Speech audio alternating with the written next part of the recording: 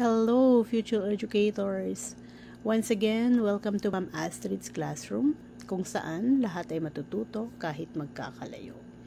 Click the subscription button to subscribe to our channel and click the notification bell to be notified when a new learning video is uploaded. Today's video is focused on performance-based assessment, particularly the process-oriented assessment.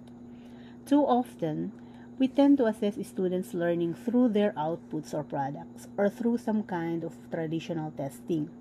However, it is important to assess not only these competencies, but also the processes in which the students underwent in order to arrive at the products or output. It is possible to explain why the students' outputs are as they are through an assessment of the processes which they did in order to arrive at the final product. This and all we're going to talk within this entire video. We'll be focusing on the process-based assessment. What is performance assessment? Again, let us be reminded that performance assessment is a measure of assessment based on authentic tasks such as activities, exercises, or problems that require students to show what they can do. Some performance tasks are designed to have students demonstrate their understanding by applying their knowledge to a particular situation. It can come as a product or process-based, or product or process-oriented. Process-oriented performance-based assessment is concerned with the actual task performance rather than the output or product of the activity. Process-based assessment is concerned with the actual task performance or the process than the output of the product of the activity. If the product-oriented assessment is focused on the product, this time, we will focus on the process the students have underwent in achieving their output. We address the question, how? Paano ginawa ng mga estudyante? Paano sila nakatuntong doon sa output na iyon? Let us look into some examples of learning outcomes that fall under process-oriented assessment. Recite a poem with feelings using appropriate voice quality, facial expressions, and hand gestures. Naisasagawa ang sistematikong pananaliksik tungkol sa paksang tinatalakay. So, you're expected to perform a systematic research here, no? So, yung proseso, yung tinitingnan dito, yung pagiging sistematiko ng ginagawa mong pananaliksik. Defense written research report. So, if it could be a product base, then ang hinahanap dapat dito ay yung research report mo mismo. Pero hindi kundi dito ay i-defend mo siya, i-defend mo yung research report mo.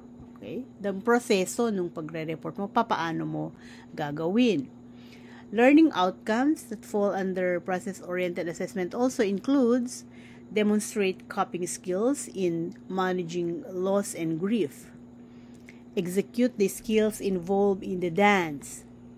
Sings medieval chant with correct pitch, rhythm, expression, and style.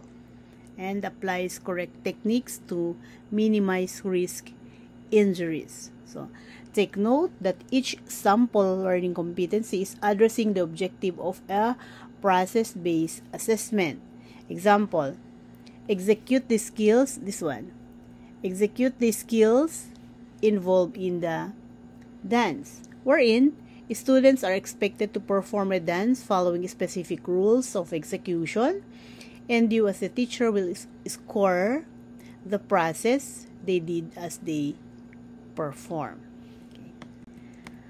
An example of learning competencies for process-based or process-oriented is given below. So, remember that The learning objective in process-oriented performance-based assessment are stated in direct observable behaviors of the students. Competencies are defined as groups or cluster of skills and abilities needed for a particular task. Okay, so let us look into this example. Okay, here. So, the specific task given to the student is to recite a poem by Edgar Allan Poe, The Raven. So, the objective would be, the activity aims to enable the students to recite a poem entitled The Raven by Edgar Allan Poe, and specifically, recite the poem from memory without referring to notes, use appropriate hand and body gestures in delivering the piece, maintain eye contact with the audience while reciting the poem, create an ambience of the poem through appropriate rising and falling intonation, pronounce the words clearly and with proper diction. So, note, the specific objectives identified constitute the learning competencies. So, kung mapapansin niyo yung specified na learning objectives, no? Yung pinadaling learning objectives, no? Mapapansin nyo na yung tinitingnan talaga natin dito, yung proseso ng paggawa, on how we are going to do it. Okay? While you are doing it. Okay? So, may mga indicators tayo dito na nakalagay, no? Sa ating learning objectives, like recite a poem from memory without referring to the notes, no? So, ang titingnan dito is na-memorize mo ba talaga, no? So, yung process, ino-observe ka nila na hindi mo na nakakalimutan yung part of the poem, no? Hindi ka nag-i-stop sa gitna, di ba? Tuloy-tuloy yan. So, yun ang titingnan mo bilang guro ngayon. Kasi ang i-check mo dito ngayon is yung memorization ng bata, di ba? So, use appropriate hand and body gestures. So, while he is doing or performing the poem, you're going to observe the body gestures, no? Is it appropriate, yung hand and body gestures niya, okay? Maintain eye contact with the audience while reciting the poem. So, while doing the activity, you're going to observe kung yung eye contact ba niya talaga ay perfect, no? Tumitingin ba siya sa audience or talagang mailap lang kasi masyado na siyang ninenervyos, di ba? Okay. Create the ambience of the poem through appropriate rising and falling intonation. So, you're going to observe again the way she or he delivers the poem, the intonation, no? So, proseso yung tinitingnan natin dito. So, I hope nakikita nyo yung pagkakaiba nung process doon sa product na pinag-aralan natin nung nakaraan. Okay. So, look at this table again. So, in this part, you can see the simple competencies, and then here are the more complex competencies. So, it's up to you to decide, no, kung gusto mo bang ibigay simpleng competencies ba yung gusto mong i-achieve, or more complex competencies depending on the learning objectives mo, depending din sa klase ng estudyante mo, the lesson, okay? Marami ding factors na dapat i-consider dito. So, one simple competency here is speak with a well-modulated voice. So, if you make it more complex competency, then you will say, recite a poem with feelings using appropriate voice quality, facial expressions, and hand gestures. So, it is more specific, more complex in form, right? Okay. So, another one, draw a straight line from one point to another point. So, it's very simple competency. They'll just draw a straight line from a point to another point. Make it more complex competency, no? You'll see, construct an equilateral triangle given 3 non-collinear points. Okay. So, and the last example, color a leaf with yellow and red crayon. So, kukulayin mo yung leaf ng yellow at red, no? And then, make it more complex, you'll say, draw and color a leaf with yellow and red crayon. So, in here, hindi lang siya magkukulay, no? You are not just tasked to draw or to color a leaf, but you're going to draw. Okay?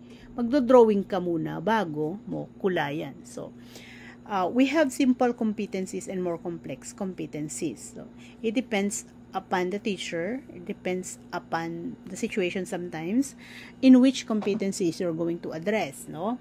Okay. But of course, if you want a better understanding or better assessment of your students, you go with the more complex competencies, no? Para makita mo talaga yung level ng pagkaunawa nila doon sa lesson na tinalakay ninyo. Okay. Let's move on with the task designing. Learning tasks need to be carefully planned. In particular, the teacher must ensure that the particular learning process to be observed contributes to the overall understanding of the subject or the course. Some generally accepted standards for designing a task include the following. So, number 1, identifying an activity that would highlight the competencies to be evaluated. Example, reciting a poem, writing an essay, manipulating a microscope, teaching demonstration. Okay. Another one, identifying an activity that would entail more or less the same set of activity. If an activity would result in too many possible competencies, then the teacher would have difficulty assessing the student's competency on the task. So, you have to identify that what would entail more or less in the same set of activity. Hindi masyadong complicated para hindi ka rin mahirapan hindi mahirapan yung estudyante, hindi rin mahirapan ikaw na magche-check ng outputs, no? Or next one, find a task that would be interesting and enjoyable for the students. So, again, remember that the task that you should design is interesting and enjoyable to all students, no? Tasks such as writing an essay are often boring to students. So, especially those who are majoring in language, no? Hindi kayo lumalayo doon sa boredom maybe ng essay, no? If all the lessons puro essay binibigay ni professor. So, as a teacher, if you feel that your students are bombarded with essay and then they find it super boring na, you try to design activities that would help you achieve the learning objectives and address the learning competencies. So, such activities should vary from time to time to avoid boredom among students. So, in order to achieve this interesting and enjoyable task for students, then you have to design tasks that are varied from each activity from time to time. Okay. Let's move on with the preparation or preparing a scoring rubric. Authentic assessments typically are criterion reference measures, no? Thus, a student's aptitude on the task is measured or determined by matching the student's performance against a specific criteria, which we call the scoring rubric. Remember, you are scoring the process and not the product or the output. So, in here, we are trying to come up with a scoring rubric that is assessing the process and not the product. Okay. We have here a sample of a scoring rubric used to score or assess the recitation, no? In an English class. So, always remember that the scoring rubric is a scoring scale used to assess a student's performance along a task-specific set of criteria.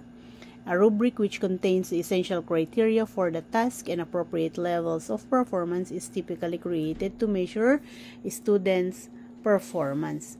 Let's take a look at this. So, in this type of scoring rubric, this part here is called the criteria. So, if you observe, we have 4 criteria that will assess the process-based assessment task, no? So, number of appropriate hand gestures, appropriate facial expression, voice inflection, incorporate proper ambience through feelings in the voice. So, maybe you can use this also in assessing or scoring a speech activity, no? So, in this level, this part here, itong bahaging to, this 1, 2, 3 is called the level of performance. So, it is very important for you to include the level of performance. And from this level of performance here, you are going to put your descriptors, no? So, di ba, tingnan natin ito. This part, appropriate facial expression. So, we have here 3 levels of performance. So, in order to have this one is the level of performance 1, 2, 3. Okay, so lots of appropriate facial expressions. In this one, we have here few inappropriate facial expressions, and then no apparent inappropriate facial expression. This one, criteria 3, voice inflection. So, monotone voice used. Okay, so your score, mas mababa score niya. Can vary voice inflection with difficulty. Higher ang score, and of course, can easily vary voice inflection. So, it depends on the criteria that you made. You have to include levels of performance, and of course, include the descriptors. So, why does descriptors important, no? So, descriptors spells out what is expected of students at each level of performance for each criterion. It tells students more precisely what performance looks like at each level and how their work may be distinguished from the work of each criterion. Descriptors help the teacher more precisely and consistently distinguish between students' work. So, it will make your work better, or lighter, or easier. No? So, example of descriptors, example of descriptors are given here in this sample. So, criteria 1, 2, 3. Number appropriate hand gestures. Ito, 1 to 4. Okay. Did he use 1 to 4 hand gestures or appropriate hand gestures? 5 to 9 or 10 to 12. So, these are descriptors. Okay. So, in here, in the second criteria, lots of inappropriate facial expression. Few inappropriate facial expression, no apparent inappropriate facial expression. So, I'm sorry, it should be inappropriate, this part, no? Okay. So, this part here are all descriptors. And I repeat, these are important as it spells out what is expected of the students at each level of performance. So, bawat level ng performance, level 1, anong inaasahan mo? Kung pinag-uusapan natin yung this criteria here, incorporate proper ambience through feelings of the voice, that's the student performing that certain speech or recitation contains little feelings, or that the recitation has some feelings, or the recitation fully captures ambience through feelings. So, if the student did it, then why don't you give him or her this score, this range here, no? So, it will now help you decide or distinguish between your student's work, or the student's ability or the capability of your students. Okay. And then, always remember that in designing your rubric, you are assessing process-based assessment. No, you are assessing the process, no, while they are doing it. So always consider it when you are making the rubric, so that this will be the determinant in your criteria. Okay? So, hindi mo naman pwedeng sabihin dito na ang titingnan mo dito ay yung physical, no, di ba? Output, because you are not assessing the output, but you are assessing the process, right? Okay. Now, why include level of performance? Why include level of performance in designing your scoring rubric, no? So we have at least 3 important reasons here. Number 1 is for clearer expectations. Students know what is expected of them, and teachers know what to look for in students' performance. So it will help both parties, both the students and teachers, in knowing what is to be expected of them, and of course, what is to be expected from the performance. Okay? Next one is more consistent and objective assessment. Levels of performance permit teacher to more consistently and objectively distinguish between good and bad performance, or between superior, mediocre, and poor performance when evaluating students' work. So, it will help and guide the teacher to be more consistent and objective in the assessment process. No, it will guide you as a teacher to become more fair, consistent, no, and objective while doing the assessment. And last one is for better feedback. So, identifying levels of performance allows teacher to provide more detailed feedback to students. So it will be your basis in giving feedback to your students. So remember that in making a scoring rubric, always remember, what are you assessing? That is very important. Are you assessing the product, or are you assessing the process? So that it will help you design first the criteria and of course the level of performance of your in the scoring rubric that you are designing. So whatever it is, always also consider the learning objectives of each task, okay, and the learning objective of each lesson wherein that task is being performed, so that in making your rubric, it is always aligned, no, it is always aligned with the learning objectives. Okay, so I hope that you have learned something today. If you have queries about our lesson for this afternoon, you may reach me in the following platforms. We have here our Facebook account, our Instagram, our Twitter, and of course, we have our official YouTube account, Ma'am Astrid's Classroom. Remember, sa ating classroom, lahat ay matututo kahit magkakalayo. Ingat kayo. Don't forget to love yourself. Thank you so much. I'll see you in the next video. Bye. Thank you, thank you, thank you.